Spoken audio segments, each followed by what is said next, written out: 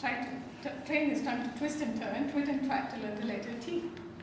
And when he learned the letter T, in my mind I thought, but the thought I thought wasn't the thought I thought. I thought. Good evening, Toastmasters and guests. Good evening. English. English is the third most widely spoken language in the history of our planet. But 1 in every 7 individuals in the world use it in some way or the other.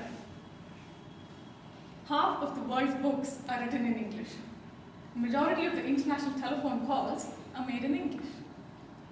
60% of the programs beamed in radio and television are in English. 70% of the emails addressed and written in English. 80% of the computer information, websites are all stored in English. In spite of such a wide usage, English is still a complicated language. And you may ask why. Because only in this language can the day break and not fall, and the night fall and not break. When we transport something by ship, it's called cargo. And when we transport something by car, it's called shipment. We pack our suits in a garment bag, and we pack our garments in a suitcase. And only in this crazy language can your nose run and your feet smell. Well, if this is not enough, let me tell you the paradoxes and the vagaries. Hot dogs can be cold, dark rooms can be lit, homeworks can be done in school, nightmares can take place in broad daylight, tomboys are girls, and midwives can be men too.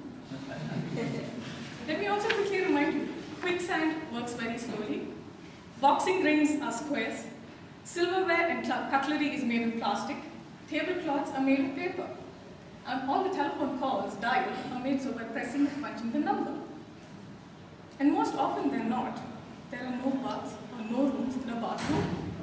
Your dog, my dog, neighbor's dog, stray dog, they all go to the bathroom on the road, under the tree, in the park. No bathroom, yet it's going to the bathroom. And isn't it bizarre that all of us have to go to the bathroom in order to go to the bathroom? Sometimes I think all English speakers should be committed to an asylum of verbal insanity.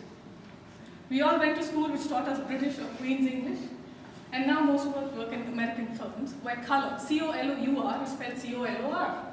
Program, P-R-O-G-R-A-M-M-E, is spelled P-R-O-G-R-A-M. C-E-N-T-E-R or C-E-N-T-R-E is center. Analog, dialogue, catalog, whether spelled the L-O-G-U-E in the UK or L-O-G in America, it still has the same meaning and serves the same purpose. And why was all this not permissible when we were at school? All of us sitting here would have probably more dictation words, right? Isn't it? Yes. Earlier in the days, people traveled abroad on holidays. Bon voyage or happy days to see it was.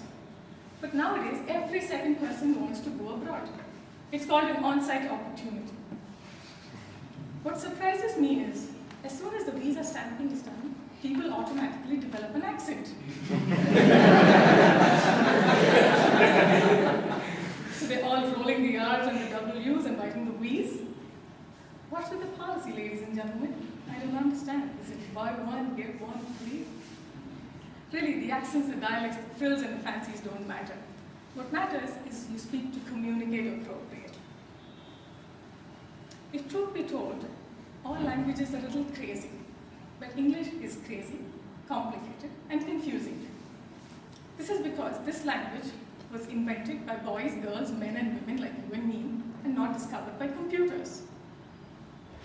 What's the longest word in English? Anybody? Sorry? It's supercalifragilisticexpialidocious. Yes. And do you know the meaning of it? Well, it's wonderful or fantastic in a nonsense way. Okay. Let me tell you something about this word. It's supercalifragilisticexpialidocious. Even though the sound of it is something quite atrocious, when you say it aloud, you sound quite precocious. It's supercalifragilisticexpialidocious. Well, it can be said backwards too. Docious aliexpialidocious. So is it supercalifragilisticexpialidocious or docious aliexpialidocious? This, my friends, is just a gist and the jest of English or a verbal insanity. Sometimes you find yourselves in the middle of nowhere, but sometimes in the middle of nowhere is where you find yourself. It's all about finding the calm in the chaos. Yes, English may be your chaos today, but don't worry, someday it will calm you. You are the books you read, you are the films you watch, you are the music you listen to, you are the people you meet and the friends you make, you are the dreams you have and the conversations you engage in. You are what you take from each of these. You are the sound of the ocean, you are the breath of fresh air, you are the brightest light and the darkest corner. You are each and every single experience you've had in your life. You are every single day. Open your minds and drown yourselves in the sea of knowledge and existence. Let the colors flow through your veins and the words fill your mind. Today, what seems insanity to you will be your sanity someday. Thank you.